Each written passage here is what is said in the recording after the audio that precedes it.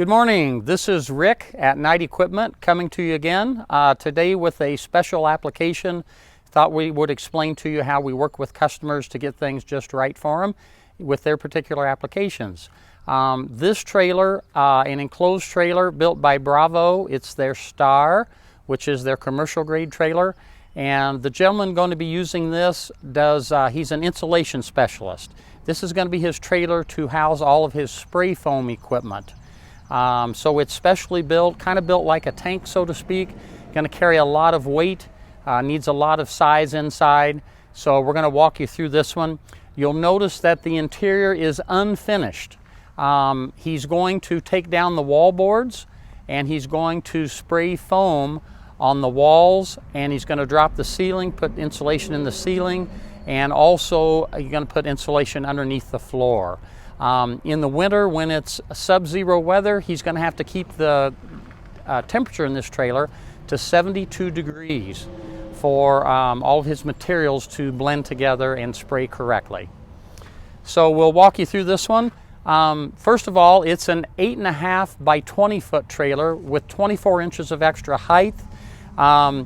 Typically a trailer like this would be built perhaps on a 6-inch tube mainframe. You'll see this one here has been upgraded to an 8-inch tube mainframe. So much heavier frame than typically you'd see on an 8.5 by 20 trailer.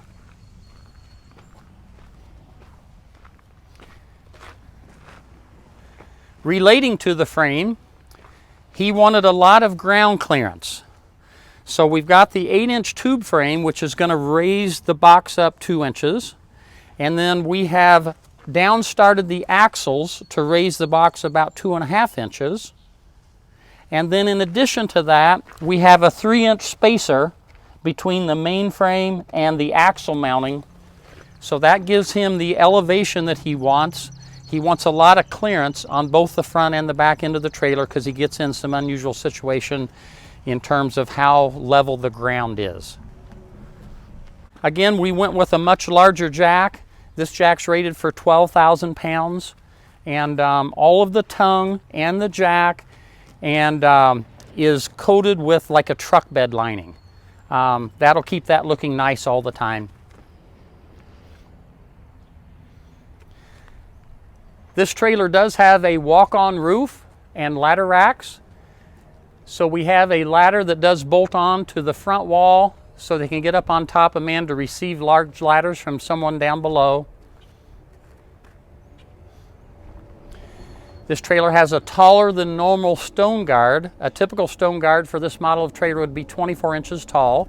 This one is 48 inches tall. A lot of times those rocks creep up higher than a 24-inch stone guard will catch.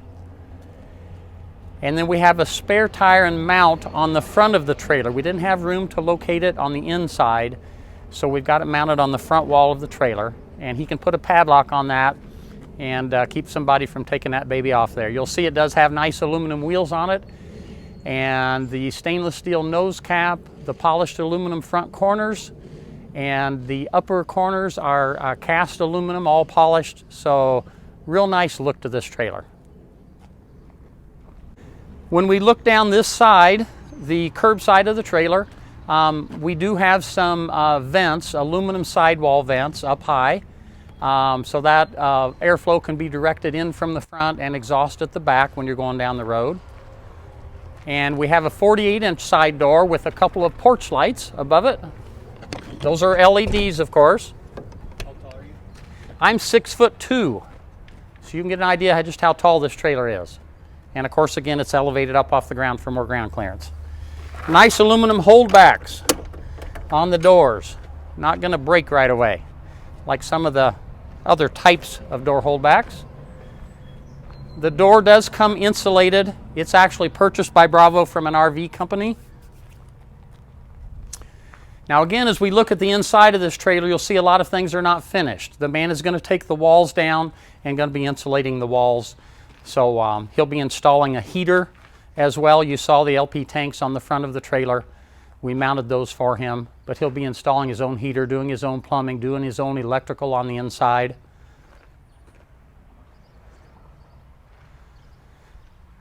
And this trailer at the side door does have an interior step, And we've lined that interior step with aluminum, so that'll stay nice for him. And again, he'll be trimming it out.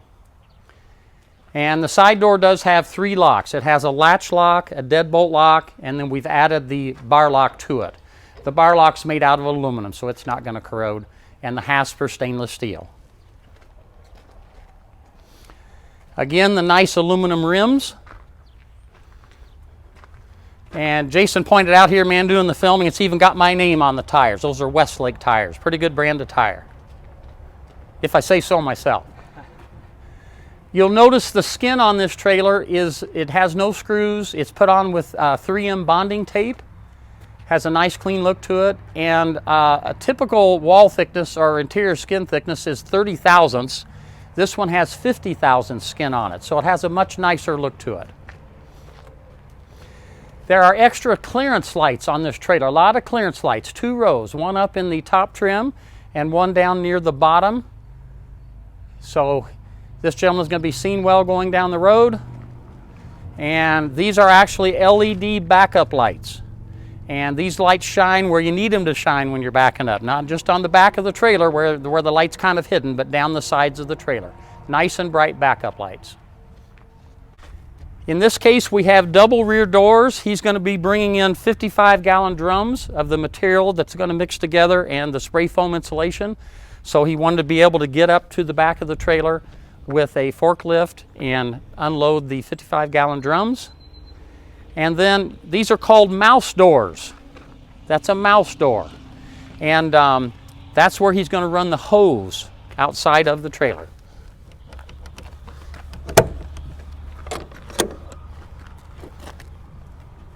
Nice little hold back there. So again, he's trying to keep the temperature of this trailer at 72 degrees in sub-zero weather. So we want to limit where we're going to run hose outside of the trailer. For convenience, we put one on each side of the double rear doors. Again, looking at the back of the trailer, we have some additional backup lights. We have 2 sets of stop, turn, and tails. And then we have 4 19-inch porch lights, all LED of course, to light up the back. They do a lot of work in and out after dark on both the side and the rear of the trailer. Again, aluminum bar locks, so they're not going to corrode, with stainless steel hasp.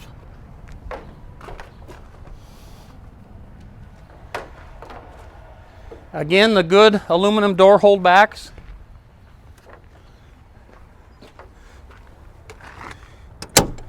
It's not blowing here today, so the doors aren't going anywhere, but on a windy day they'll blow.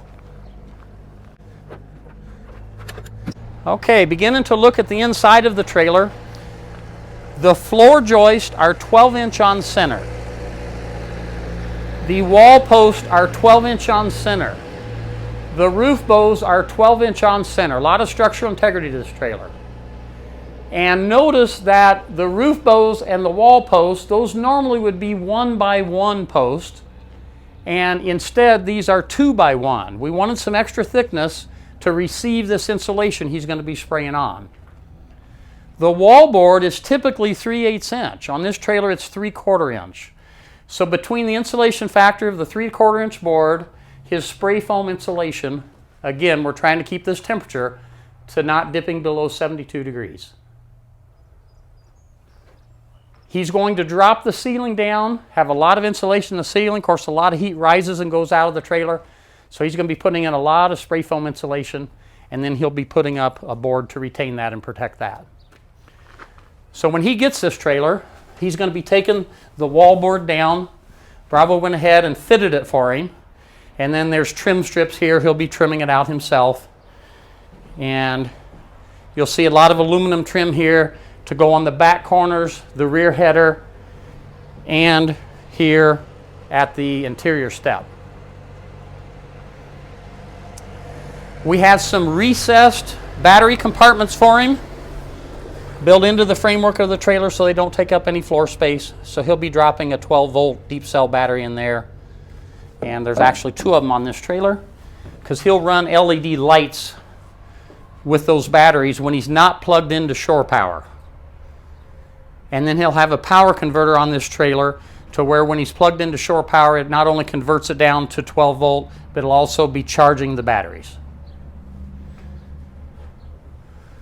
The floor is double 3/4 inch. This is called Dry Max. It was developed for the trailer industry by Georgia Pacific. Unfortunately, it looks like particle board, but it has a lot more moisture resistance than particle board. It's put together with exterior glue. Of course, your wheel boxes, because all this box is raised up so high, you have very shallow and short wheel boxes. You can see the interior side of the flow-through vents, and we do have bezels to trim those out when he's finished with his interior. So everything on the outside, of course, is wired, but there's no wiring on the inside. We've just asked for some stub wires that he'll use for his wall switches to handle all of the porch lights on the trailer. He'll be installing additional LED lighting and some 110 volt lighting and duplex receptacles, and I believe he takes a 50 amp service that he's going to be putting in.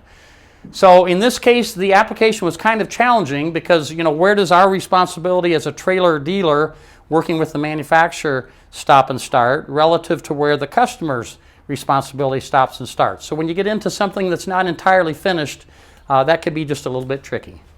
But he's been great to work with. We've tried to communicate clearly. I think he's got something here exactly what he's looking for. And Bravo does an excellent job. We have a lot of drawings that were to be approved before this project was ever, you know, put into build.